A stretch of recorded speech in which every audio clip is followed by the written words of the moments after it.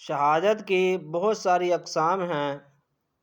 اللہ کی راہ میں جہاد کرنا اور وہاں پر قتل ہو جانا یہ بھی شہادت ہے، اور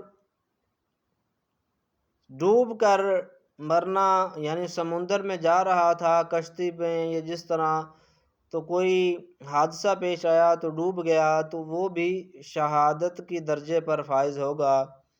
اور احادیث میں ملتا ہے جو پیٹ کی بیماری میں مبتلا ہو کر مرا وہ بھی شہید ہے۔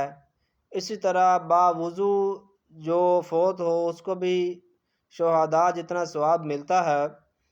اسی طرح حدیث پاک میں ہے کہ نبی علیہ الصلوۃ والسلام نے ارشاد فرمایا الطاعون شہادۃ لکل مسلم۔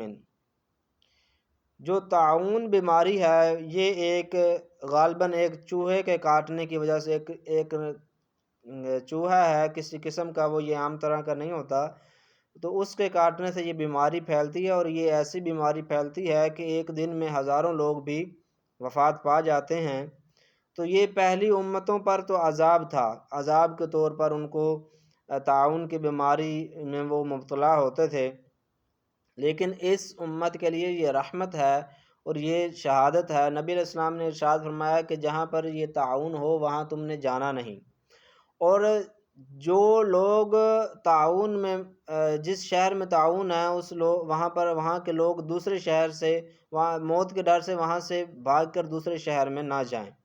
اور فرمایا الطاعون شہادۃ لکل مسلم، ٹھیک ہے، طاعون جو ہے وہ ہر مسلمان کے لیے شہادت ہے۔ اسی طرح شہادت کی بہت ساری قسمیں ہیں، تو مسلمان کو تو چاہیے کہ اللہ تبارک و تعالی سے دعا کرتا رہے کہ اللہ تبارک و تعالی ہمیں شہادت کی موت عطا فرمائے، عافیت والی موت عطا فرمائے، غفلت والی موت سے اور اچانک موت سے محفوظ فرمائے، اور موت کے وقت کلمہ نصیب فرمائے۔ اس طرح کی دعائیں جو ہیں وہ مسلمانوں کو اور مومن کو اور عاشق رسول کو کرتے رہنا چاہیے، اور انشاءاللہ تبارک و تعالی ایک نہ ایک دن یہ دعائیں ضرور قبول ہوں گی۔